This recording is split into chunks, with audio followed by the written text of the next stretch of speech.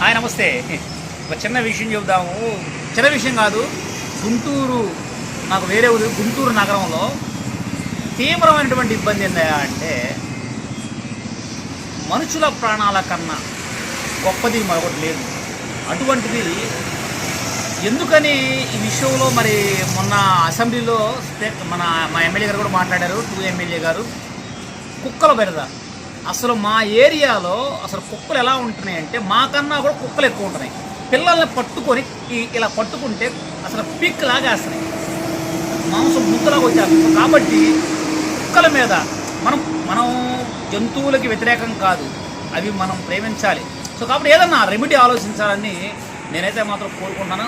ఇది చాలా ఇబ్బంది అయిపోతుంది, ఎందుకంటే అందరికీ పిల్లలు ఉన్నారు, చాలా ప్రాబ్లం అయిపోతుంది. సో కాబట్టి ఒకసారి దీని మీద అధికారులు విషయాన్ని తెలియజేయండి. Thank you.